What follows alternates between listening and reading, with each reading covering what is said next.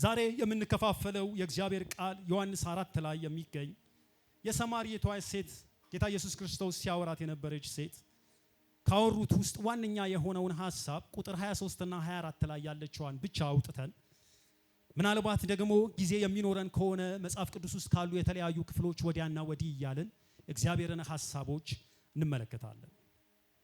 የዮሐንስ መጽሐፍ ምዕራፍ 4 ቁጥር 23 እና 24 እንዲህ ይላል።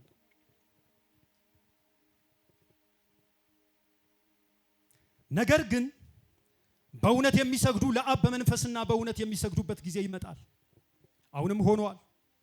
አብ ሊሰግዱለት እንደነዚህ ያሉትን ይሻልና።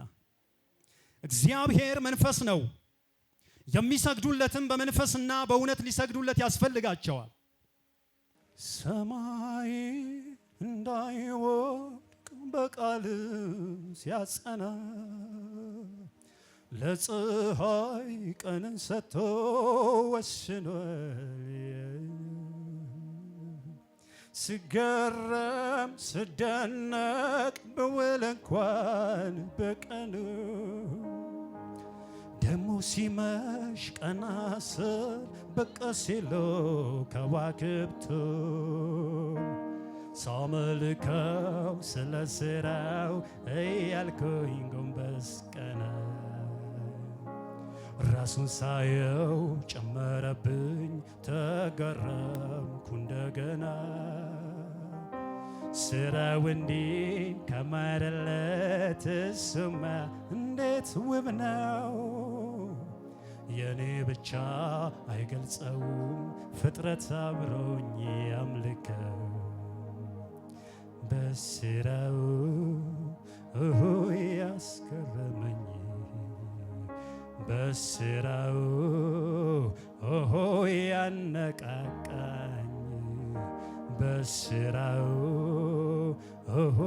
ያስደሰተኝ ንጉሴን ባረኮት ኢየሱሴን ሰማይን እንዳይወድቅ በቃሉ ሲያጸና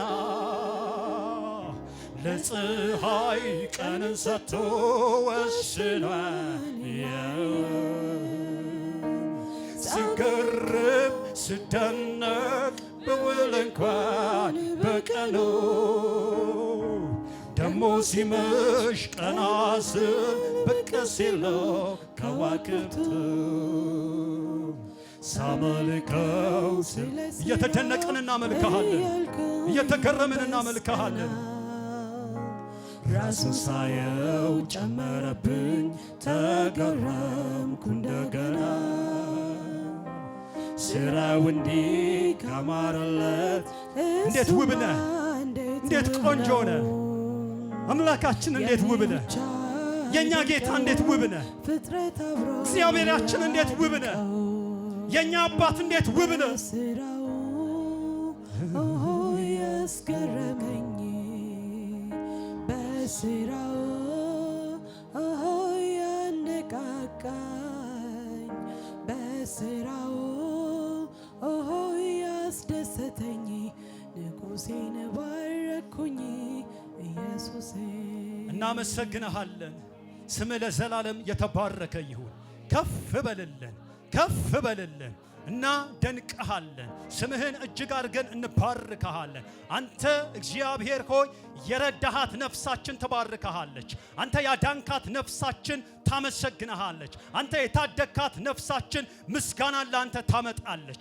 አንተ የረዳሃት ነፍሳችን ምስጋናን ተሞልታለች። አንተ የረዳሃት አንተ የታደካት ነፍሳችን እነሆ የምስጋናን ቃል ታሰማልሃለች። እነሆ የእልልታን ድምፅ ታሰማልሃለች። ይሄ ሰውነታችን ለአንተ ጭብጨባን ያሰማልሃል። በእጆቻችን ለአንተ ክብርን እናመጣለን።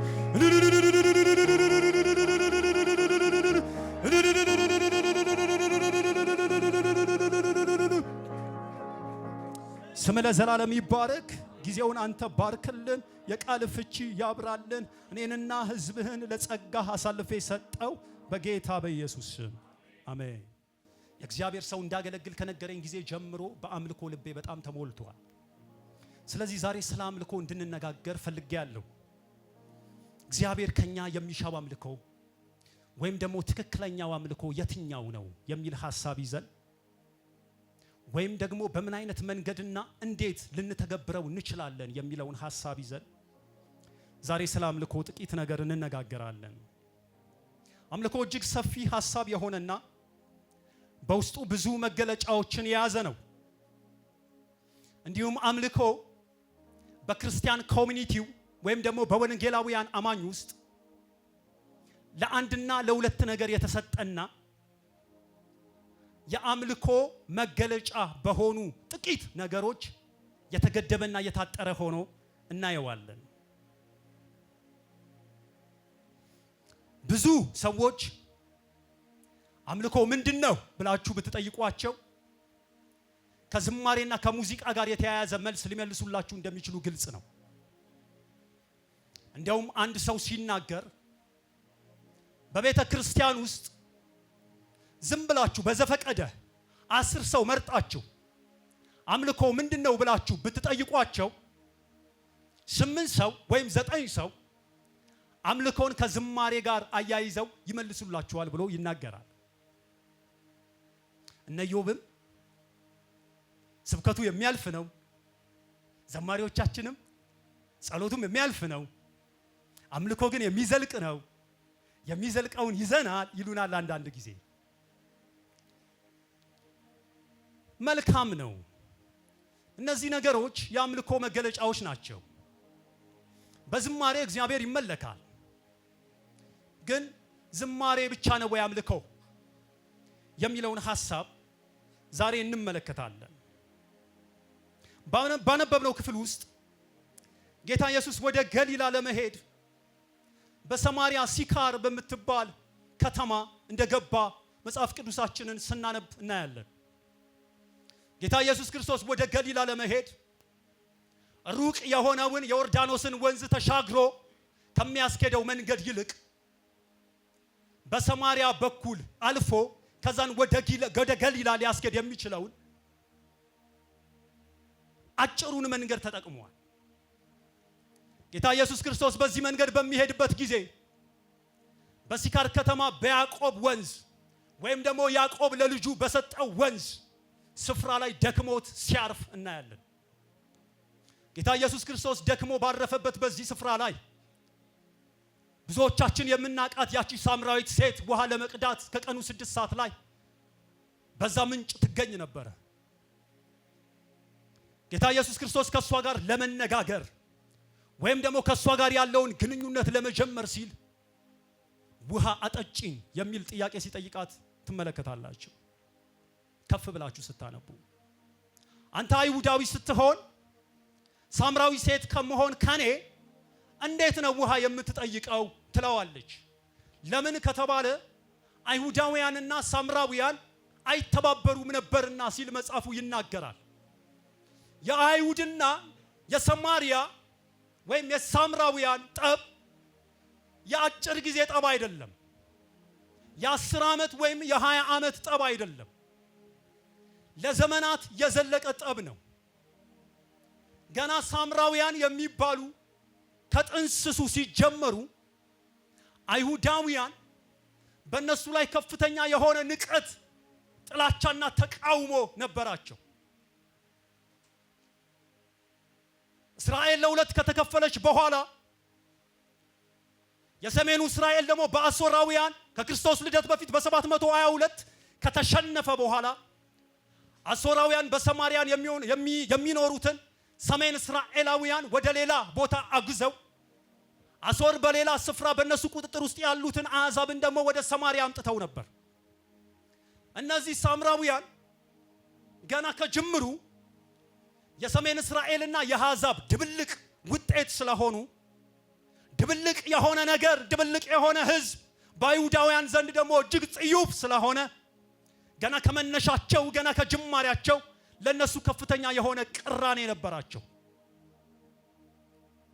በዚህ ቅራኔ ውስጥ እንዳሉ ደቡብ የተባለው ደግሞ አይሁድ በባቢሎን ተሸንፎ በ600 ክፍለ ዘመን ከጌታ ኢየሱስ ልደት በፊት ወደ ምርኮ በሄደ ጊዜ እንደገና ደግሞ ከምርኮ 70 ዓመት እዛ ቆይቶ ከተመለሰ በኋላ እንደገና ጠባቸው ቀጥሎ ነበር። የጠባቸው መነሻ አንድም የዘር ጉዳይ ድብልቅ ዘር ነው የሚል፣ ሁለትም ደግሞ በአምልኮ ጉዳይ ያልተስማሙባቸው ነገሮች ነበሩ። አይሁድ ከምርኮ ከተመለሱ በኋላ የፈረሰውን ቤተ መቅደስ እንደገና ለመገንባት ሰማራውያን ተነሳሽነትን በሚያሳዩበት ጊዜ ድብልቅ የሆነ ህዝብ ሳምራውያን ይሄንን ሊሰሩ አይችሉም፣ ቤተ መቅደሱን ያረክሳሉ ሲሉ አይሁድ ሲከለክሏቸው እንመለከታለን። ይሄንን የተከለከሉ ሳምራውያን በ400 ዘመን ገሪዛን በሚባል ተራራ ላይ የራሳቸውን ቤተ መቅደስ እንደሰሩ ታሪክ ይናገራል።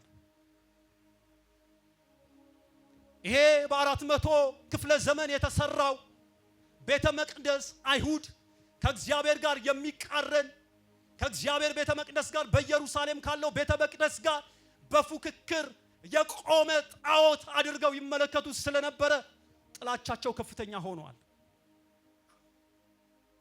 አይሁድ ወደ ምድራቸው ከተመለሱ በኋላ አስሞኒያን በሚባል በአይሁድ ቡድን ራስን በራስ የማስተዳደር እድል ባገኙ በዛን ጊዜ በ128ኛው ክፍለ ዘመን ላይ ከክርስቶስ ልደት በፊት ወይም ዓመተ ዓለም ላይ አይሁዳውያን ቤተ መቅደሳቸውን ደምስሰዋል።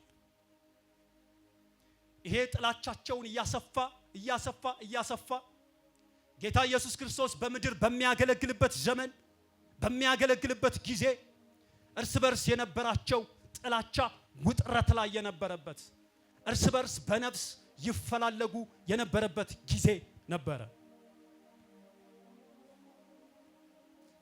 ከዚህ የተነሳ ትብብር አያውቁም። እንዴት ሳምራዊ ከመሆን ሴት ከኔ ትብብርን ትጠይቃለህ? እንዴት ውሃን ትጠይቃለህ? እንዴት እርዳታን ትጠይቃለህ? አይሁዳውያንና ሳምራውያን ጠላት እንደሆኑ እያወቅ እንደማይተባበሩ እያወቅ በነፍስ እንደሚፈላለጉ እያወቅ እንዴት አድርገህ ከኔ ትብብርን ትጠይቃለህ አለችው። እንግዲህ በዘመናት መካከል ከነበራቸው ጠብ ወይም ክርክር አንዱ ይህች ሴታውን ባነበብኩላችሁ ስፍራ ላይ እንደተናገራቸው የቦታ ጉዳይ ነበረ። ሳምራውያን እግዚአብሔር ሊመለክ የሚገባው ሊሰገድለት የሚገባው በገሪዛን ባለው ቤተ መቅደስ ነው ብለው ሲናገሩ፣ አይሁዳውያን ደግሞ በኢየሩሳሌም ባለ ቤተ መቅደስ ነው ይሉ ነበር። ለሳምራውያን አምልኮ ሲባል ቀድሞ የሚመጣላቸው ነገር የገሪዛን ተራራ ነው። በዛ መስዋዕትን የመሰዋትና በዛ የመስገድ ሂደቱ ነው የሚታያቸው። ለአይሁድ ደግሞ አምልኮ የሚባለው ነገር ሲታሰብ ቅድስቲቱ ከተማ እግዚአብሔር የመረጣት ብለው የሚያምኗት ኢየሩሳሌም ነው ወደ ልባቸው የምትመጣው።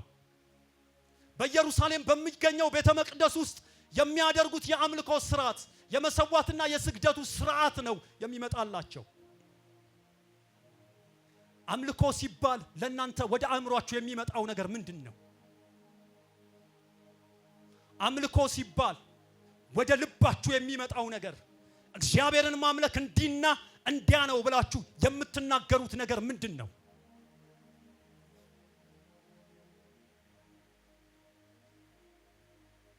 አስቀድሜ እንደተናገርኩት እግዚአብሔር በዝማሬ ይመለካል።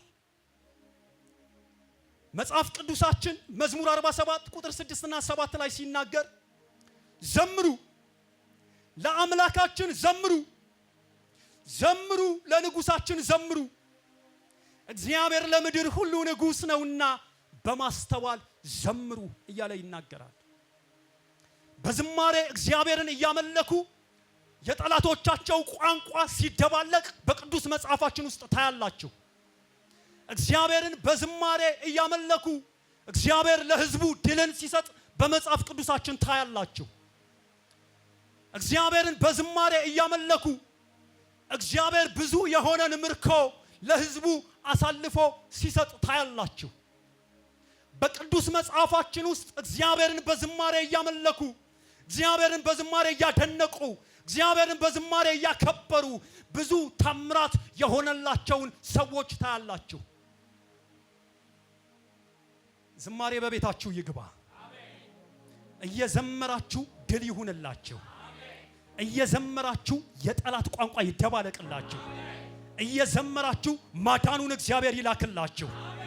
እየዘመራችሁ እግዚአብሔር ብዙ ምርኮ ያሳጭዳችሁ። እየዘመራችሁ እግዚአብሔር ወደ ከፍታ ይውሰዳችሁ። እየዘመራችሁ ድልንና ክንውንን እግዚአብሔር ይስጣችሁ። በዝማሬ እግዚአብሔር ይመለካል።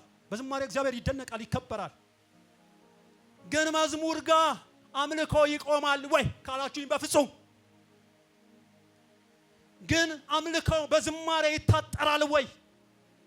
ዝማሬ ማለት አምልኮ ነው ወይ ማለት እንችላለን ወይ ብላችሁ ብትጠይቁኝ በፍጹም። እግዚአብሔር በዝማሬ ቢመለክም አምልኮ ግን ከዝማሬ ያለፈ ነው። ሌላ እግዚአብሔር በምስጋና ቃል ወይም በከንፈር ፍሬ ይመለካል። መጽሐፍ ቅዱሳችን መዝሙር 50 ቁጥር 23 ላይ ሲናገር ምስጋናን የሚሰዋ እሱ ያከብረኛል ይላል። ማዳኔን የማሳይበት መንገድ ከዚያ አለና ይላል።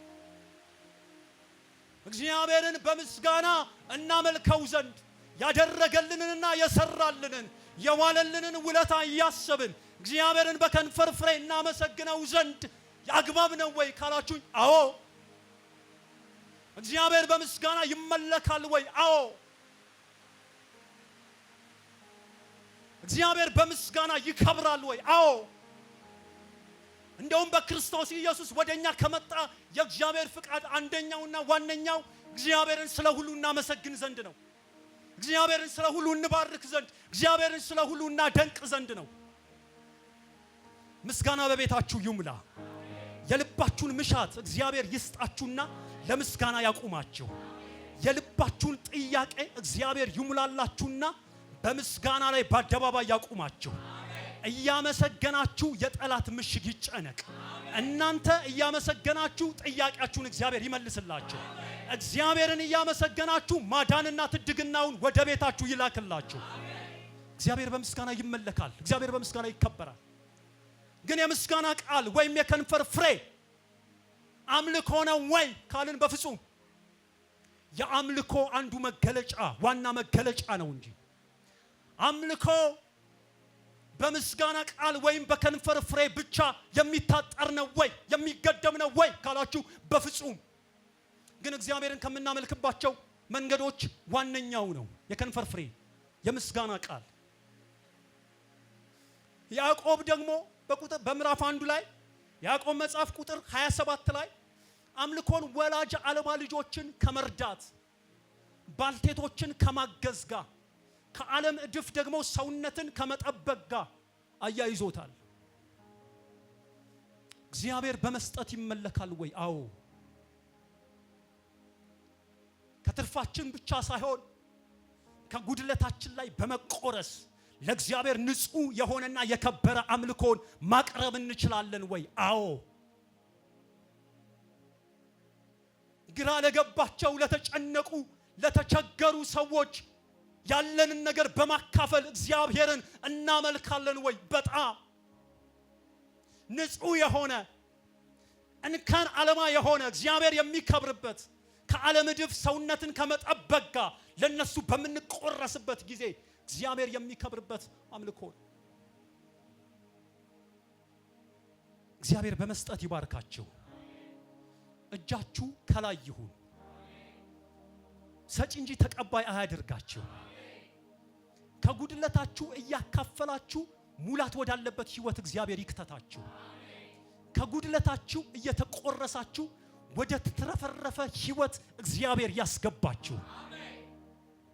በመስጠት እግዚአብሔር ይመለካል። ከእድፍ ሰውነትን ከመጠበቅ ጋር የሆነ መስጠት በእግዚአብሔር ዘንድ ዋጋ ያለው አምልኮ፣ ተቀባይነት ያለው አምልኮ ነው። ግን አምልኮ መስጠት ጋር ያቆማል ወይ ካላችሁ በፍጹም። መስጠትን ብቻውን አምልኮ ብለን ልንዘጋው እንችላለን ወይ ካላችሁ በፍጹም። ሁሉ መደምደሚያ ካልሆነ ሁሉ አምልኮ ብለን ሙሉ ነው ለአምልኮ ብለን ካላቀረብን ታዲያ ምንድነው የምትለን? አምልኮ ማለት ታዲያ ምንድነው ብላችሁኝ ከጠየቃችሁኝ እንግሊዘኛው ወርሺፕ ይለዋል። ወርዝና ሺፕ ከሚል ከቆየ የእንግሊዘኛ ሁለት ቃላት የመጣ ነው ወርሺፕ የሚለው ቃል። ከፍተኛ የሆነ ክብር ለአንድ አካል መስጠትን የሚያመለክት ነው ወርሺፕ የሚለው። ከፍተኛ ክብር ከፍተኛ ዋጋን ለአንድ አካል አሳልፈን ስንሰጥ ወርሺፕ ይባላል። ዕብራይስጡ ኢሽካሃቫ ይለዋል። ኢሽካሃቫ በግሪክ ደግሞ ፕሩስኪኒዮ ይባላል። በጥሬ ቃል ይሄንን ስንተረጉመው እጅን ወይም መሬትን በመሳም ለአንድ ሰው ታላቅ የሆነ አክብሮታችንን የምንገልጽበት ነው። ወይም በመንበርከክ ለአንድ አካል ያለንን ታላቅ አክብሮት የምናሳይበት ነው።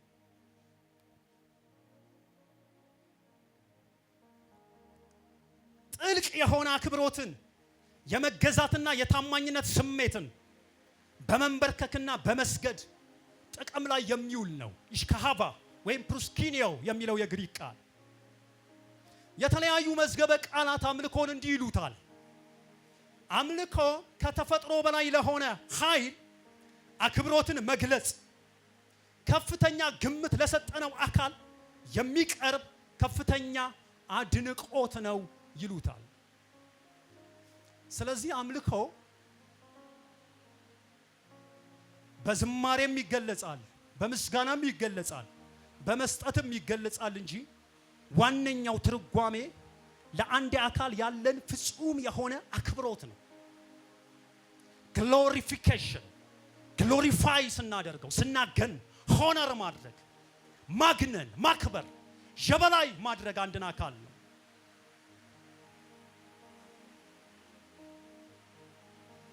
ካነበብነውና ከትርጓሜዎቻችን ተነስተን በክርስቲያናዊ አውድ ውስጥ አምጥተን መጽሐፍ ቅዱስ ላይ ካለው ሐሳብ ጋር አያይዘን ጌታ ኢየሱስ ክርስቶስ ስለ አምልኮ ሊናገር የፈለገውን ነገር አስበን አምልኮ ምንድነው ብለን ስንጠይቅ የእግዚአብሔርን ትክክለኛ ማንነት ወይም ባህሪን ከመረዳት የሚጀምር ነው አምልኮ። የት ሳይሆን እንዴት ነው የሚመለከው ለሚለው ጥያቄ ምላሽ ማግኘት ነው አምልኮ። ሳምራውያንና አይሁዳውያን ከሚከራከሩባቸው የአምልኮ ጥያቄዎች አንዱና ዋነኛው የሆነው የት የሚል ነበር። እግዚአብሔር የት ነው የሚመለከው? ገሪዛን አይደለም፣ ኢየሩሳሌም አይደለም፣ ገሪዛን ኢየሩሳሌም። እንደዚህ አይነት የየት ጥያቄ ተሞልተዋል። የት ሳይሆን እንዴት ነው የሚመለከው ለሚለው ጥያቄ ነው መልስ መስጠት የሚያስፈልገው። የት ሳይሆን እንዴት ነው የምናመልከው፣ በምን አይነት መንገድ ነው እግዚአብሔርን የምናመልከው የሚል ጥያቄ ነው። እግዚአብሔር መንፈስ ነው። መንፈስ ስለሆነ በመንፈስና በእውነት ሊሰግዱለት የሚችሉትን ይሻል ብሎ ይናገራል። እግዚአብሔር መንፈስ ስለሆነ የሚመለከው በመንፈስ ነው። የሚሰገድለት በመንፈስ ነው። መንፈስ ስለሆነ በጊዜ አይገደብም። መንፈስ ስለሆነ በቦታ አይገደምም። እዚህ ጋር ጀምሯል፣ እዚህ ጋር ጨርሷል አይባልም። እግዚአብሔር ጅማሬ የሌለው የሁሉ ጀማሪ፣ ፍጻሜ የሌለው የሁሉ ፈጻሚ ነው። አምልኮ የእግዚአብሔርን መንፈሳዊ ማንነት ከመረዳት ከማወቅ ይጀምራል። በእግዚአብሔር ላይ ያለን ትክክለኛ ዕውቀት፣ በእግዚአብሔር ላይ ያለን ትክክለኛ መረዳት ወደ ትክክለኛ አምልኮ ይመራናል። እግዚአብሔር ገደብ የሌለው አምላክ ነው። ስለዚህ ያለ ገደብ የሚመለክ ነው። እግዚአብሔር በዛ አለ፣ እግዚአብሔር በቀኝ አለ፣ እግዚአብሔር በግራ አለ አይባልም። እግዚአብሔር መንፈስ በሁሉ ስፍራ የሚኖር ያለ ገደብ የሚኖር ነው። ስለዚህ ያለ ገደብ የሚመለክ አምላክ ነው። እግዚአብሔርን ትክክለኛ ባህሪውን ትክክለኛ ማንነቱን ከመረዳት ይጀምራል አምልኮ። አዲስ ኪዳናዊ ወይም እግዚአብሔር የሚቀበለው እግዚአብሔር የሚፈልገው አምልኮ ምን አይነት ነው ካላችሁኝ በውጫዊ ስርዓት ብቻ የተገደበ አይደለም። ታዲያ ምንድን ነው? እውነተኛ በሆነ የመታዘዝና የመገዛት መንፈስ የተቃኘ የህይወት ዘይቤ ነው አምልኮ ማለት። ታዲያ ምንድነው? ሙሉ በሙሉ ራስን ለእግዚአብሔር በፍቃድ አሳልፎ መስጠትና በፍቃዱ ላይ ራስን የመጣል ቁርጠኝነት ነው አምልኮ ማለት። ክርስቲያናዊ አምልኮ በዝማሬ በጸሎት ቤተክርስቲያን ውስጥ ህብረት በማድረግና በመሳሰሉት ውጫዊ ድርጊቶች የሚገለጥ እግዚአብሔር የሚከብርበት ደስ የሚሰኝበት በእንደነዚህ አይነት ነገሮች የሚደረግ ነው። ግን ደግሞ እነዚህ ነገሮች የምናደርጋቸው እዛው ጀምረን አምልኮን እዛው ለመጨረስ ሳይሆን እነዚህ ውጫዊ ድርጊቶች ከልብ በመነጨ ፍቅርና ውስጣዊ በሆነ ለውጥ እያንዳንዱን የህይወታችንን ዘርፍ በሚነካ ማንነት የተሸፈኑ መሆን አለባቸው። እንዲህ ያለ ህብረት መልካም ነው ወይ? በእንደዚህ አይነት መንገድ እግዚአብሔርን ማምለክ ይቻላል ወይ ካላችሁኝ፣ በጣም ማደሪያዎችህን ወደድኩ። ማደሪያዎች እንዴት የተወደዱ ናቸው! ማደሪያዎችህ እንዴት ውብ ናቸው እያሉ ይናገሩ የነበረው የእግዚአብሔር ፕሬዘንስና ህልውና የሚገኝበት በቅድስቲቱ ከተማ በኢየሩሳሌም በነበረው ቤተ መቅደስ ውስጥ ያለውን የእግዚአብሔርን ህልውና የእግዚአብሔርን መገኘት እያሰቡ ነው። አሁን የእግዚአብሔር ህልውና የእግዚአብሔር መገኘት በሙላት የሚገለጥባት ስፍራ የት ናት ካላችሁ፣ ቤተ ክርስቲያን ናት፣ ቸርች ናት። ግን አምልኮ ቸርች በሚደረግ ውጫዊ ስርዓቶች ብቻ ውጫዊ ድርጊቶች ብቻ የሚገደብ ነው ወይ ካላችሁኝ፣ በፍጹም። ታዲያ ለምንድን ነው እነዚህን የምናደርገው ካላችሁ፣ በእያንዳንዱ መንፈሳዊ እንቅስቃሴ ውስጥ በግል ለምንቀጥለው አምልኮ አቅምንና ጉልበትን የምንጨምርበት የምንነሳሳበትና የምንነቃቃበት ናቸው። እንደዚህ አይነት አምልኮን የሆነ ቀንና ሰዓት መድበን ብቻ የምንተገብረው የኮንትራት ስራ አይደለም። የምናነሳውና የምንጥለው ጀምረን የምናቆመው እዚህ ጋር ጀምረን እዛ ጋር የምንጨርሰው ጉዳይ አይደለም። አምልኮ የህይወት ጉዳይ ነው። ህይወት ከአምልኮ ጋር፣ አምልኮ ከህይወት ጋር የተሳሰሩ ናቸው፣ የተጋመዱ ናቸው። አምልኮን ከህይወት ለይቶ መመልከት ፍጹም ስህተት ነው።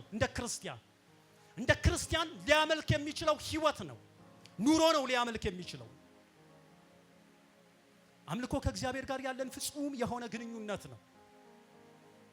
ሌላው በመካከል መግባት የሚችልበት ምንም አይነት ክፍተት አለመታው ነው። እግዚአብሔርን በማወቅ ብቻ ሳይሆን ደግሞ ያደረገልንንም በመረዳት ለተደረገልን ነገር የምንሰጠው ተግባራዊ ምላሽ ነው፣ የህይወት ምላሽ ነው። በፊት አንድ ስፍራ ነበር መስዋዕትን የሚሰዋው፣ የሚሰገደው፣ የሚመለከው። ስለ አምልኮ ሲታሰብ ስለ መሰዊያ ስፍራ፣ ስለ መስገጃ ስፍራ ነው ወደ አእምሯቸው የሚመጣው። አሁን የመሰዊያ ስፍራ የት ነው ካላችሁ፣ ሁሉም ጋር። የቅዱሳን ወይም የክርስቲያን የመሰዊያ ስፍራ የት ነው? ሁሉም ጋር። መቼ ነው የሚሰዋው? ሁሌ። መጽሐፍ ቅዱሳችን ሲናገር በሮሜ 12 ቁጥር 1 ላይ እንደዚህ ይላል፣ ራሳችሁን ቅዱስና ሕያው መስዋዕት አድርጋችሁ በእግዚአብሔር ፊት ታቀርቡ ዘንድ በእግዚአብሔር ምሕረት በእግዚአብሔር ርኅራኄ እለምናችኋለሁ ይላል። እለምናችኋለሁ። አምልኮ ሰውነትን የመሰዋት በእግዚአብሔር ፊት መስዋዕት አድርጎ የማቅረብ ጉዳይ ነው። በእያንዳንዱ ህይወታችን በእያንዳንዱ እንቅስቃሴያችን የራሳችንን መሻት እየገደልንና እየሰቀልን ለቃሉ መኖር ማለት ነው። ለራሳችን እየሞትን ለሱ ሕያው መሆን ማለት ነው አምልኮ። ዛሬ ብዙ ሰዎች እግዚአብሔርን እንደሚያመልኩ የሚናገሩ ቢሆንም በህይወታቸው ላይ በተግባር የነገሰው ወይም ህይወታቸውን የሚዘውረው ግን ሌሎች ነገሮች ሆነው ትመለከታላችሁ። እግዚአብሔርን አመልካለሁ ብሎ ሊናገር ይችላል አንድ ሰው፣ ግን ህይወቱን እየዘወረ ያለው ነገር ምንድነው ብላችሁ በተግባር ስትመለከቱ ደግሞ ሌላ ነገር ነው። በከንፈራቸው ያመልኩኛል፣ ይሄ ህዝብ በከንፈሩ ያመልከኛል፣ ልቡ ግን ከኔ የራቀ የሸሸ ነው ተብሎ እንደተነገረ ልባቸው ፍጹም ከእግዚአብሔር የራቀ ልባቸው ፍጹም ከእግዚአብሔር የሸሸ በሌላ ነገር የሚዘወሩ ህይወታቸውን ሌላ ነገር የሚያንቀሳቅስላቸው ሰዎች ሲጠየቁ ግን እግዚአብሔርን እናመልካለን ይላሉ። ንጉስ ሆነው ህይወታቸውን ከሚዘውሩት ነገሮች መካከል አንዱ ቴክኖሎጂ ነው። ዛሬ በጣም ብዙ ሰዎች ያለዚህ መንቀሳቀስ አቅቷቸዋል። ከስልክ መጾም ተቸግረዋል። ከቴክኖሎጂ መጾም ተቸግረዋል። ከምግብ መጾም አይቸገሩ። ከጸሎት መጾም አይቸገሩ። ከመልካም ነገሮች መጾም አይቸገሩ።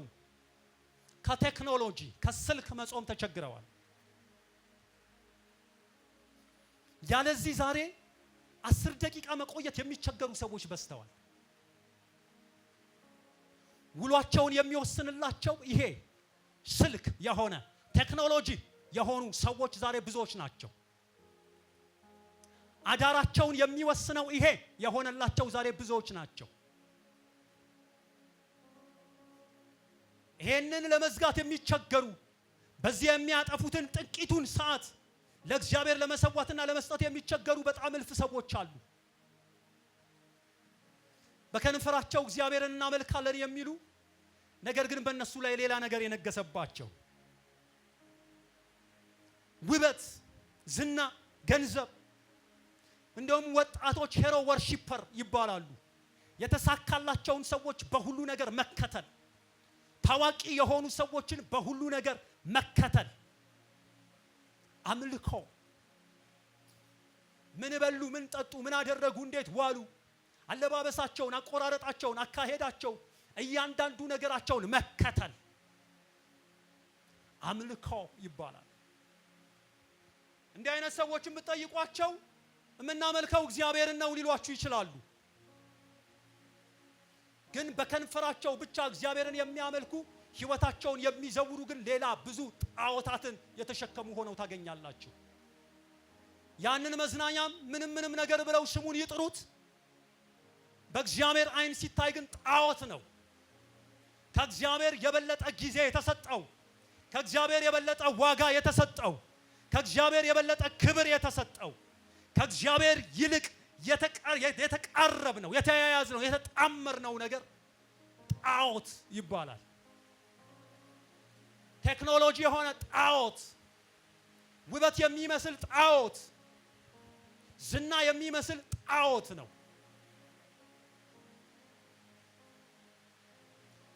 በህይወታችሁ ላይ የከበረው ማን ነው ዛሬ? በህይወታችሁ ላይ የነገሰው ማን ነው ዛሬ? ህይወታችሁን እየዘወረ ያለው ምንድነው ዛሬ? ውሏችሁን እየወሰነላችሁ ያለው ምንድነው ዛሬ? አዳራችሁን እየወሰነ ያለው እየመራ ያለው ምንድነው ዛሬ? ከአእምሯችሁ አልወጣ ያለ ልባችሁን የተቆጣጠረ ነገር ምንድነው ዛሬ? የምር እግዚአብሔር ነው። እግዚአብሔርን በህይወት ማምለክ ይሁንላችሁ። ቀንና ማታ በእግዚአብሔር እራብ የምትቃጠሉ ሰዎች ያደርጋችሁ። የማለዳ ናፍቆታችሁ እግዚአብሔር ይሁንላችሁ። የቀትር ምሻታችሁ እግዚአብሔር ይሁንላችሁ። የሌሊት ቆይታችሁ አምልኮ ይሁንላችሁ። ቆይታችሁን ከእግዚአብሔር ጋር ያድርግላችሁ። በህይወታችን ውስጥ አንደኛ መሆን የሌለባቸውን ነገሮች አንደኛ ስናደርግ የህይወት መዛባት ይፈጠራል። ኦርደር ሲዛባ ህይወት ይዛባል፣ ኑሮ ይዛባል። ከእግዚአብሔር በላይ በእኛ ላይ የነገሱ የበላይ ያደረግናቸው ነገሮች ሲኖሩ ያለ ቦታቸው የተቀመጡ ስለሆኑ ከቦታው መዛባት የተነሳ የህይወት መዛባትን ያመጣሉ። እግዚአብሔርን በማስቀደም ህይወታችሁ የለመለመ ይሁን። እግዚአብሔርን በማስቀደም ህይወታችሁ የተከናወነ ይሁን።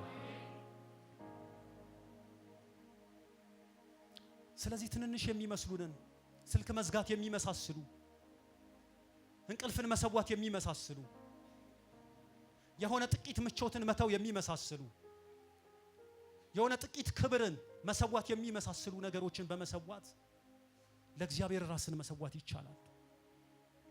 እነዚህ ትንንሽ የሚመስሉ መስዋዕቶች ታላቅ ለሆነ መስዋዕት እኛን እያዘጋጀና እግዚአብሔርን ወደሚያከብር ማንነት እኛን እያሳደገ ይሄዳል። እግዚአብሔርን ከምናከብርበት፣ እግዚአብሔርን ከምናመልክበት ራሳችንን በፊቱ መስዋዕት አድርገን ከምናቀርብባቸው መንገዶች አንዱ ጌታ ኢየሱስ ክርስቶስ እንዲህ ያሉትን ይሻል። እንዴት ሲባል በእውነትና በመንፈስ ሆነው የሚሰግዱለትን ይሻል ስለተባሉ ስለ ሰጋጆች ወይም ስለ ስግደት ጥቂት ነገር ልናገርና ሐሳቤን ጨርሳለሁ። ስግደት አብ ሊሰግዱለት እንደዚህ ያሉትን ይሻልና ይላል ቁጥር 23 ላይ። እንዴት ሲባል በእውነትና በመንፈስ ሆነው ቦታ ለይተው አይደለም፣ በገሪዛን ወይም በኢየሩሳሌም ሆነው አይደለም፣ በሆነ ሰፈር ተቀምጠው አይደለም፣ በእውነትና በመንፈስ ሆነው የሚሰግዱለትን አብ ይሻል። ስግደት ሲል ምን ለማለት ፈልገው ነው? እንግሊዘኛው ፕሮስትሬሽን ይለዋል። ፕሮስትረነሬ ከሚለው የላቲን ቃል የመጣ ሲሆን ትርጉሙ ራስን ወደፊት መጣል ማለት ነው። ድርጊቱ አካላዊ በሆነ መንገድ ፍጹም መገዛትን፣ ትህትናን፣ ጥልቅ አክብሮትንና በምንሰግድበት አካል ላይ ያለንን ጥገኝነት ያሳያል።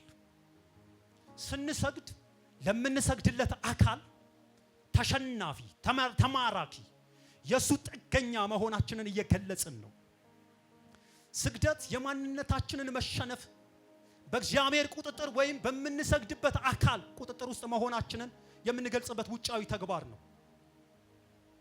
በጦር ሜዳ ያለ አንድ ወታደር ከሱ የበረታ ኃይል ወደሱ በሚመጣ ጊዜ በመንበርከክ ደግሞ እጁን ወደ ላይ በማንሳት መሸነፉንና መማረኩን ይገልጻል።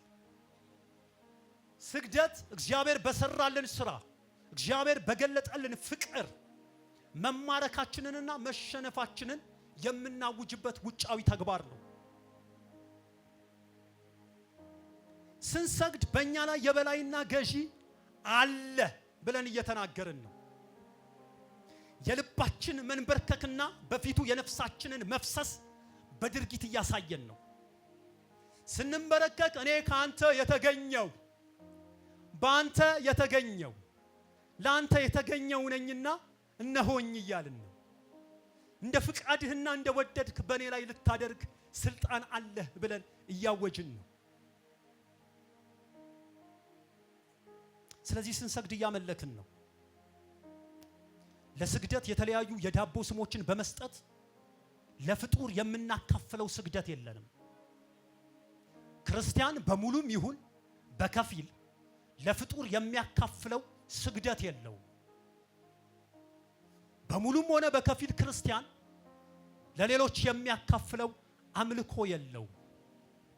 ሕይወታችሁ እግዚአብሔርን በማምለክ ብቻ ይሞላ። ዘመናችሁ እግዚአብሔርን በማምለክ ብቻ ይለቅ።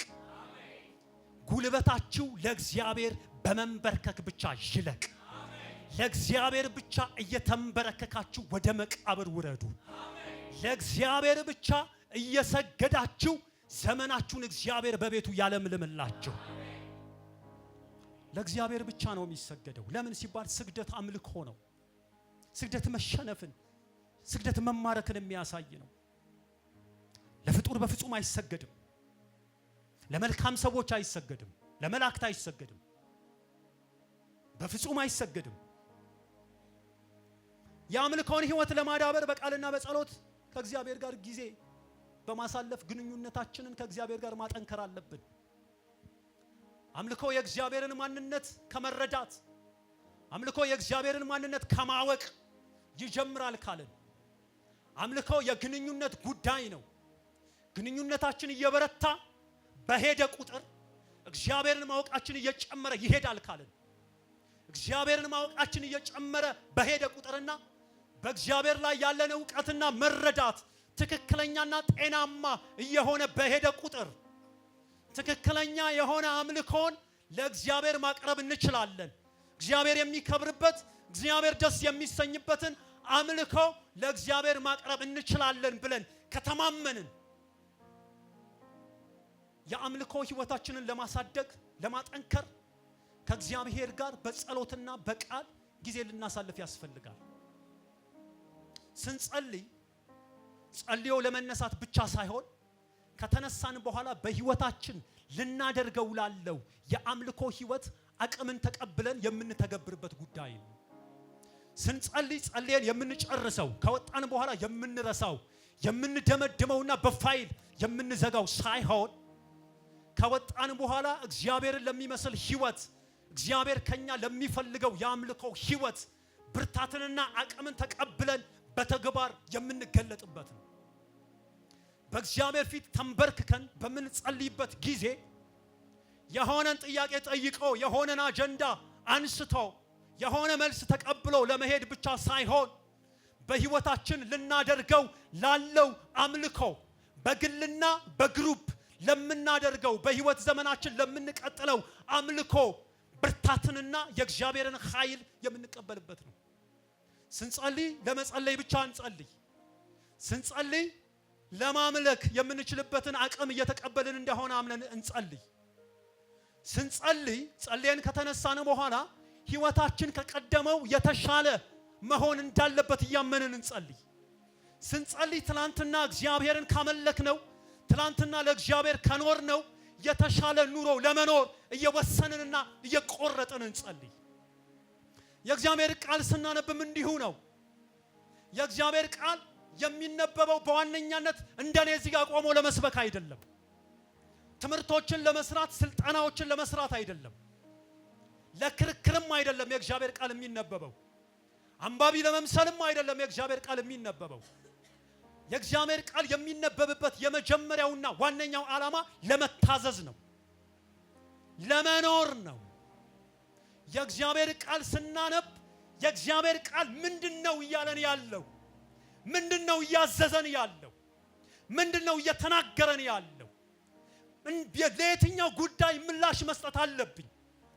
ተግባራዊ በሆነ በህይወት ምላሽ እንድሰጠው እየጠየቀኝ ያለው ጉዳይ የትኛው ነው ብለን እያመንን ለመኖር ነው የምናነበው። የእግዚአብሔር ቃል ለኢንፎርሜሽን ብቻ አይነበብም። ዕውቀትን ብቻ ለማግኘት የሚነበብ አይደለም። እነዚህ ሁሉ ነገሮች ልክ ቢሆኑም አግባብ ቢሆኑም የእግዚአብሔርን ቃል ስናነብ እነዚህ ነገሮች ሁሉ ብናገኝም ዋነኛው የእግዚአብሔርን ቃል የምናነብበት ዓላማ ግን ለመታዘዝ ነው፣ ለመኖር ነው። ለምን ሲባል አምልኮ በራሱ የሚታዘዝ ህይወት ነው። ለእግዚአብሔር ቃል በመታዘዝ የሚገለጥ ህይወት ስለሆነ ስለዚህ እንዴት ነው የአምልኮን ህይወት የምንለማመደው ከተባለ በጸሎት፣ ከዛስ በቃል፣ ሌላው በህብረት ነው የምንለማመደው። በቅዱሳን መካከል አብሮ በማሳለፍ የእግዚአብሔርን ቃል በመነጋገር በመመካከር አብሮ በመጸለይ አንዳችን በአንዳችን ጉድለት በመቆም አንዳችን የአንዳችንን እንከን በመሸፈን አንዳችን አንዳችንን በማነጽ አንዳችን ለአንዳችን በመኖር እግዚአብሔርን ማምለክ እንለማመዳለን። ለምን እናመልካለን የሚለው ልናገርና ልጨርስ። ጨርሻለሁ። ለምን ነው የምናመልከው ከተባለ ነፃ የወጣንበትና የተፈጠርንበት ዓላማ ስለሆነ ነው። አምልኮ ስራችን ስለሆነ ነው። ዮናስን አይታችሁት ከሆነ ከየት መጣ ምንድነው የምትሰራው ተብሎ ሲጠየቅ እኔ ህብራዊ ነኝ እግዚአብሔርን አመልካለሁ አለ። የመጣሁት ከሂብሩ ሲሆን ከዕብራውያን መካከል ሲሆን ስራዬ ደግሞ እግዚአብሔርን ማምለክ ነው አለ። የምናመልከው ለምንድን ነው? ስራችን ስለሆነ። እግዚአብሔርን ማምለክ የሙሉ ጊዜ ስራችን ስለሆነ፣ እግዚአብሔርን ማምለክ የቀንና የሌሊት ስራችን ስለሆነ ቀንና ሌሊት በማምለክ እግዚአብሔር ይባርካቸው። ቀንና ሌሊት እግዚአብሔር በማለት እግዚአብሔር ይባርካቸው። ቀንና ሌሊት እሱን በመራብና በመጠማት እግዚአብሔር ይባርካቸው።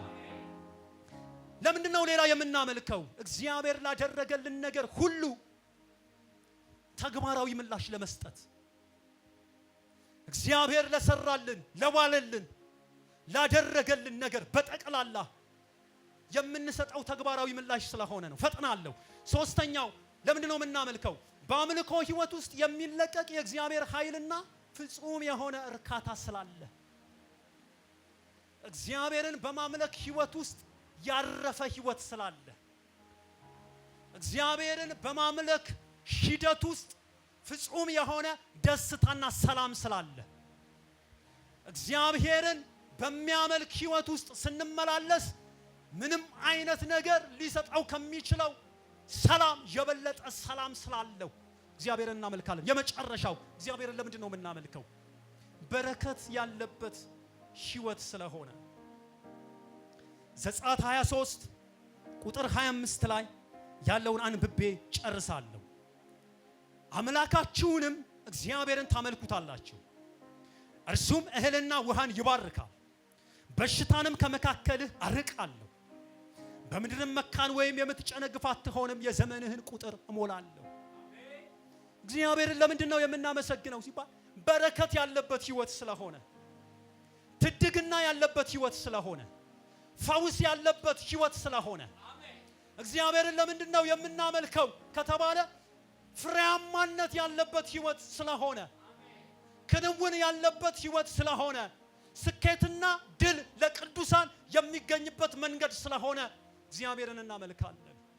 በሁሉ እግዚአብሔርን ታመልኩ ዘንድ የእግዚአብሔር ኃይል ዛሬ ያገኛችሁ። በሁሉ እግዚአብሔርን ታከብሩ ዘንድ የእግዚአብሔር መንፈስ በኃይል ያገኛችሁ።